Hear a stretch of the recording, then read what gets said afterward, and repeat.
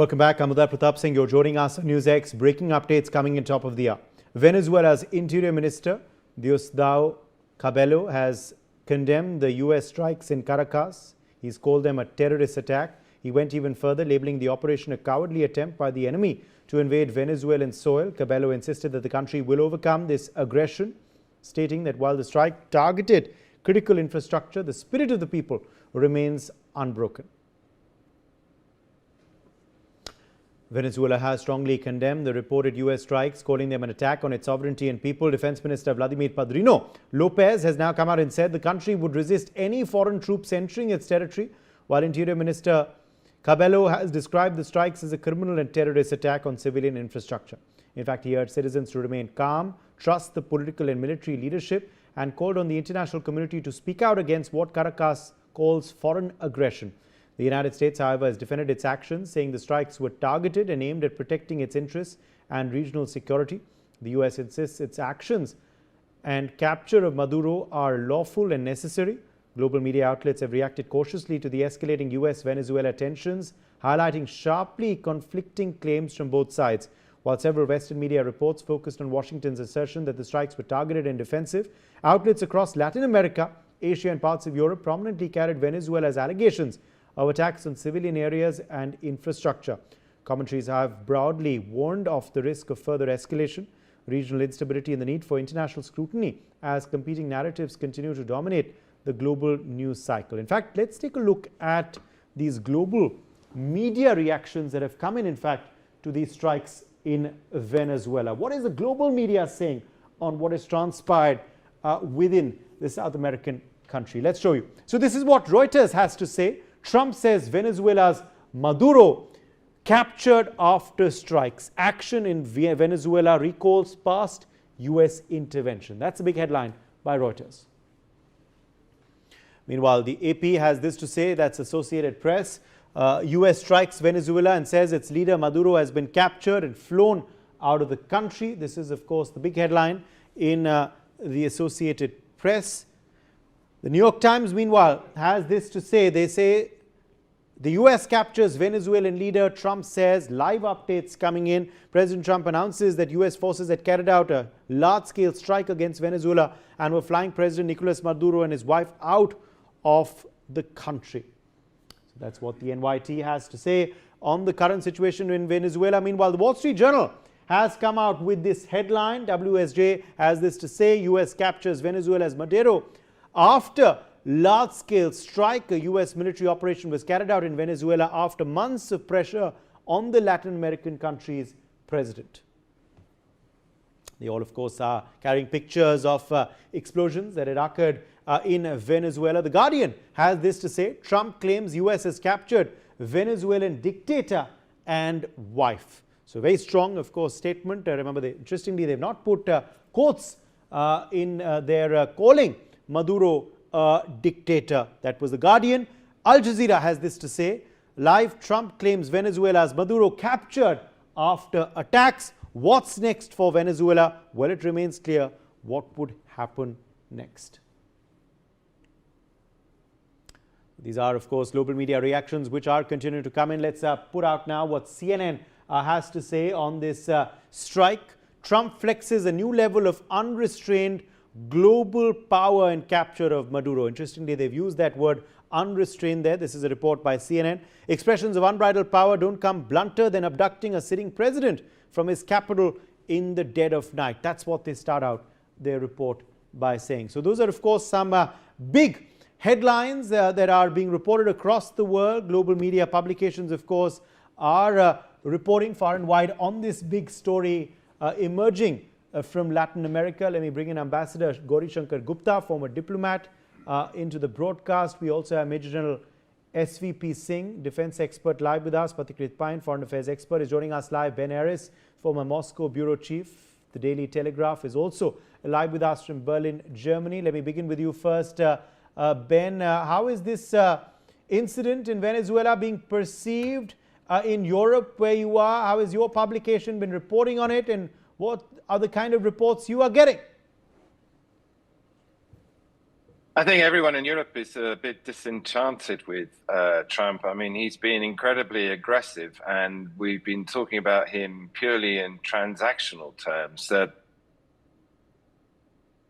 values-based rule of law model that Europe in particular has been pursuing has been thrown under the bus, and that the Americans, Trump in particular, has been seen as ignoring all of that and going back to a sort of 19th century mercantile relationship where he has no special partners. Moreover, the new national security strategy that Trump released recently specifically downgrades Europe from this special relationship that Europe's enjoyed with the States since the end of the war, Second World War, to simply we've become clients of the Americans. I mean, he forced on Europe this very one-sided 15% trade tariff on Europe exports to the States, but gave America free access, no tariffs, to the European markets.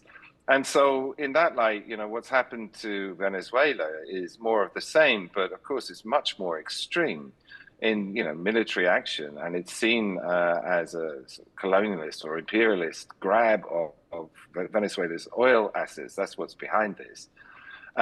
So it's being condemned, but nevertheless, Europe is actually incredibly weak and caved into these tariffs. And so open criticism is very muted because they don't want to spoil what they think is left of the relationship. And the attitude to this in the global south, I mean, we as a publication, we focus on emerging market relationships. And so I think we're more in tune with the global south view on it, which is this is just an open imperialist attack on another sovereign state, which is against international law. And that highlights the double standards that America has been pursuing, where you condemn Putin's invasion of Ukraine on the one hand, and yet they feel free to do pretty much exactly the same thing that Putin did in Ukraine to Venezuela, just march him with weapons attack, with military assets because of a political row, because they don't like the regime that's in charge. Ambassador Gauri Shankar Gupta, let me quickly draw you in here.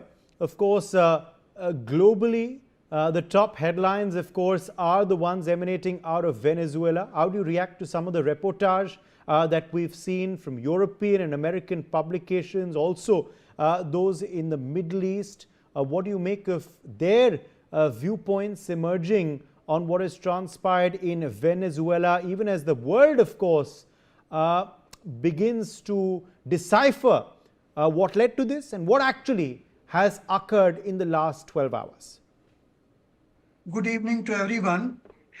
This is a sign of new imperialism.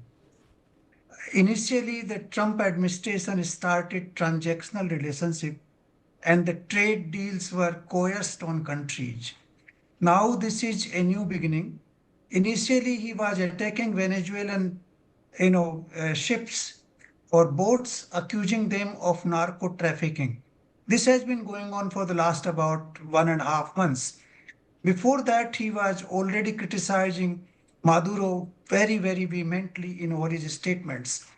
Nobody was expecting that he would take steps to change the regime.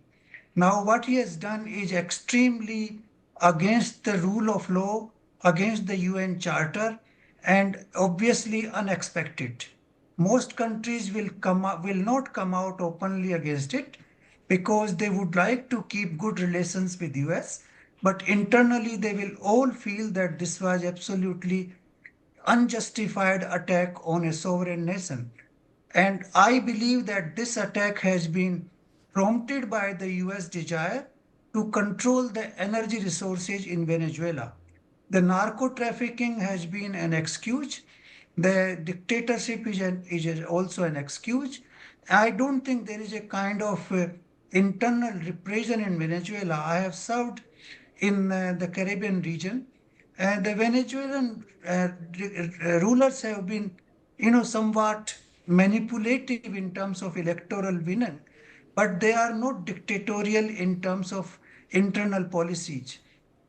So that cannot be justified for, throwing him out. Basically, the region being, in my opinion, the control over energy resources and also the proximity of Venezuela to China. These could be the two important reasons for throwing him out. Now, what will follow is very uncertain because we have seen, and I think UN is too weak to raise any issue against this kind of action. But obviously, it goes against the UN Charter, it goes against the rule of law, it goes against the principle of democracy, it goes against the the right to freedom and free speech. So obviously, this is Right. violation of all basic rights. Okay. Major General SVP Singh, let me bring you in here on some of the global headlines and what you make of them as well. The viewpoints emerging into this strike in Venezuela. Of course, we are still to get more details on the US's entire version of the sequence of events. We perhaps will get those details at that news conference, which will happen later. But some of the publications, of course, calling this action by Trump unrestrained. Other publications, saying Maduro was nothing but a dictator. What is your sense of what has happened and also the reporting? Well, Uday, good evening. Nice to be back with you this new year, and greetings to all of you. Well, you see, what has happened now, America is known to support dictators or overthrow them, whatever suits them in their national interest. So Maduro is just one of the another examples.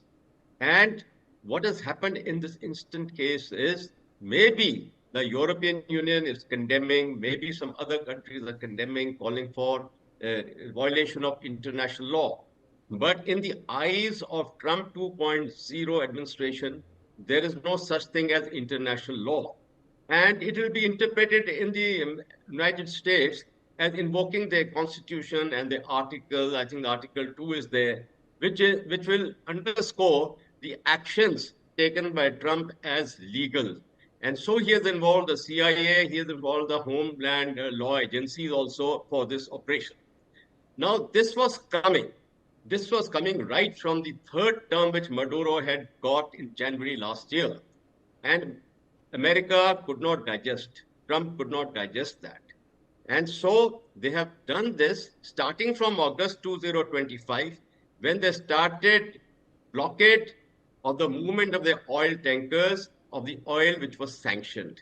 That was the first step. So all these steps were coming in action, and the world should not be surprised as to what has happened now, because they had already deployed for the last couple of months the US striker group General Ford. They had expanded their naval patrols. They had deployed their F-35s in Puerto Rico region, and the buildup of about 15,000 US soldiers personnel had taken place. So this announcement of naval blockade of oil tankers carrying sanctioned oil and all was an excuse, I would say. The ambassador has also covered. Even the narcotics drug cartel is an excuse, because Venezuela, I think, produces only about 1% of the world's drugs. So, yes, they are the largest oil producer.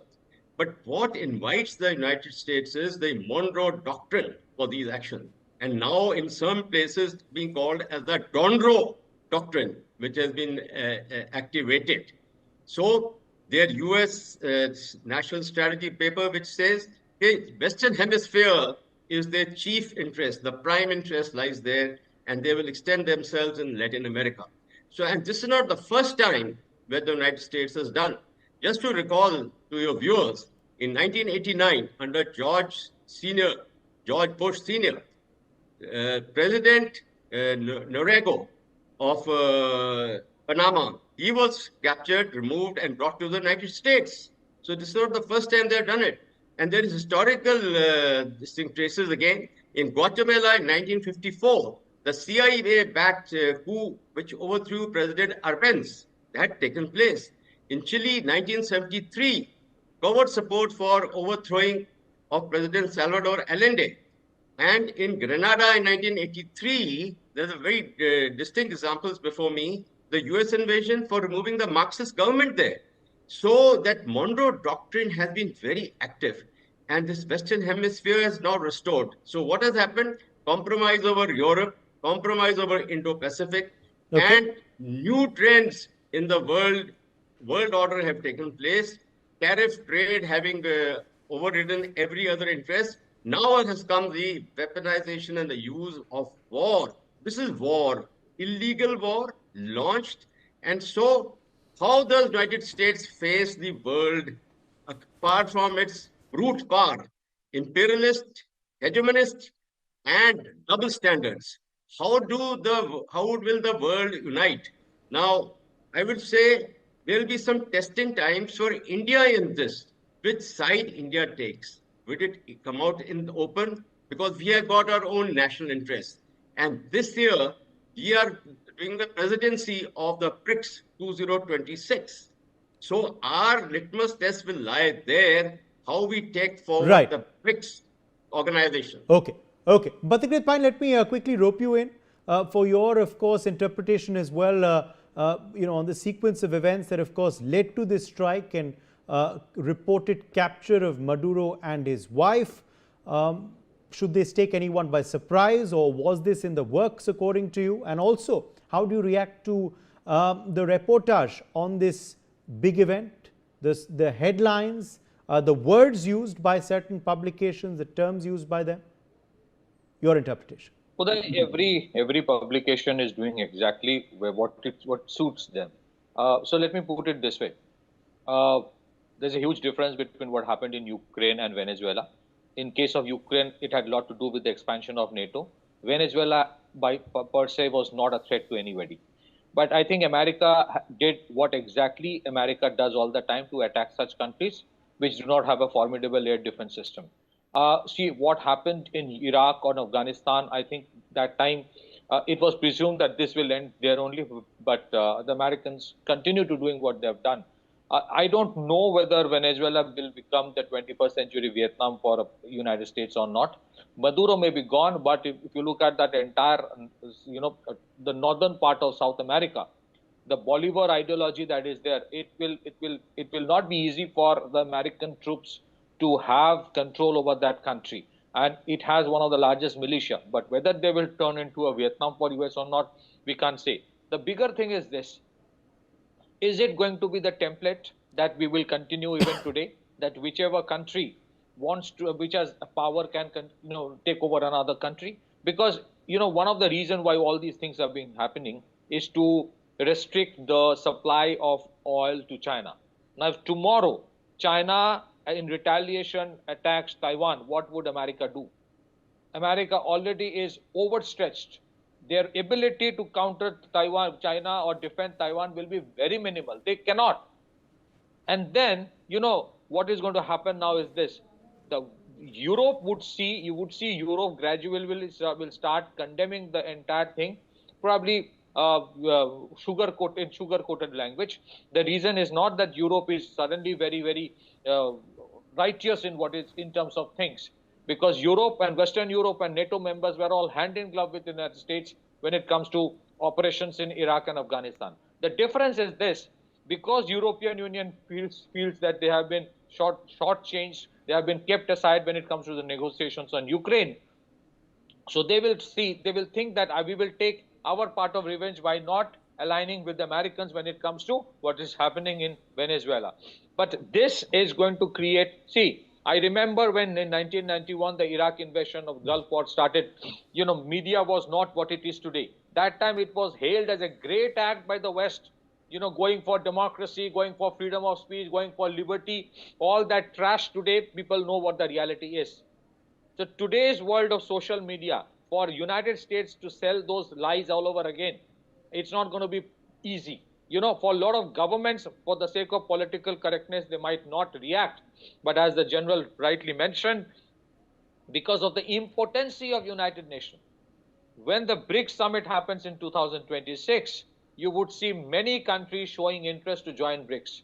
Because what Trump has started all over again, it will continue. Tomorrow, They might start trying Colombia as well. So I think a lot of countries will have to be very careful that you better have your own weapon systems or the Americans will come and take over your press.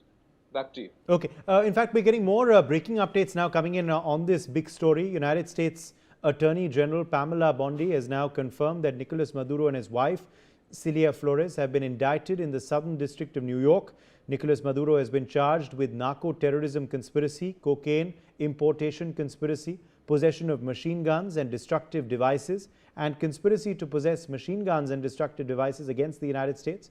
Bondi has stated, and I quote, "They will soon face the full wrath of American justice on American soil in American courts." On behalf of the entire U.S. DOJ, I would like to thank President Trump for having the courage to demand accountability on behalf of the American people, and a huge thank you to our brave military who conducted the incredible and highly successful mission to capture these two alleged international narco traffickers. So that's the first big statement being put out by the Attorney General in the United States of America, and this is what is being put out as the US's viewpoint, Ben, where the US has of course said that these two have to face trial in the US, and the Attorney General of course laying out the charges that the two have been charged with and indicted with, and are saying that these are two narco traffickers who now will face the full wrath of the American judicial system. How are they going to prove that? I mean, that suggests that the president is directly responsible for organizing drug smuggling from Venezuela into the States. And it's ridiculous. I mean, yes, the head of state is responsible and that there is a drug problem and drugs do get smuggled, but the cartels are an enormously powerful organized criminal group. And yes, there is corruption and money does flow back from the cartels to the States. But I mean, if you're going to put him on trial in the States, then there's the principle of innocent until proven guilty. And so you have to come up with concrete evidence that he personally gained from it. And all of these are, political sound bites that they've been making a huge fuss about the narco traffic and hitting these boats that have been traveling. Again, it's been guilty until proven innocent. They've been blowing them up without providing any evidence. This is all extrajudicial executions, partly for show. And surely some of these boats are guilty of it. The intelligence forces are not incompetent in this sort of thing. But the taking Maduro and putting him on trial, it's selective justice because there's hundreds of leaders around the world that are equally guilty of doing equally heinous crimes. I mean, pretty much half the leaders in Africa could be put on trial on the same basis. But selectively, Maduro has been picked out because it's a political problem for the states, not a narco problem in particular. And where are the actions against the cartels? It's all expediency in order to change the leader to someone. This statement by the the Attorney General of the United States of America follows the same line that the U.S. Secretary of State Marco Rubio had taken earlier as well, Ambassador Gupta, where he had said that Nicolas Maduro is not the president of Venezuela and not the legitimately elected government, but he is merely the head of a cartel of narco traffickers, and that is obviously what the U.S. is painting him as, and that perhaps is going to be the reason, obviously cited by them officially, perhaps at that briefing as well later, for why he has been captured after this strike as well, along with his wife. You see, this is the principle of might is right. This has come back now. As Ben mentioned, there could be many people who are involved in narco trafficking around the world. Does it mean that they should be brought to US and brought to justice? Why the US allows the narco trafficking to get into their own country? That is their problem. Moreover, this is merely an excuse.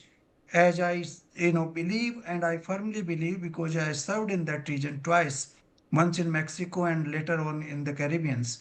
I know the US wants to extend its backyard to all these countries, which was its backyard for a long time, but then slowly the influence of US eroded. Now Trump wants to extend that influence in all this region. And the principal reason here is basically to control the energy resources where, Venezuela is extremely rich. That has been the main reason for that. And secondly, obviously, Maduro was not obedient. He didn't follow the instructions from Washington. So he was a culprit. He was criticized ever since President Trump came to power. He was vehemently criticized, and he thought that this man will be overthrown. Maduro perhaps knew that he will be overthrown, but obviously he he did not expect it, at this moment of the time. The blockade of naval ships, particularly by the naval ship, particularly of energy export, and also the chasing of the boats allegedly carrying the drugs was an excuse in my view. It was all preparation for overthrow of the regime, to which President Trump must have decided 1 or 2 months in advance. I'm sure about this, because this operation Okay. cannot be launched overnight. Okay. And that is how he has executed it now. Okay. Well, we've run out of time. I'm going to leave it at that. My thanks to our guests for joining us on this discussion. We're slipping into a very short break. This remains our big focus right here on NewsX.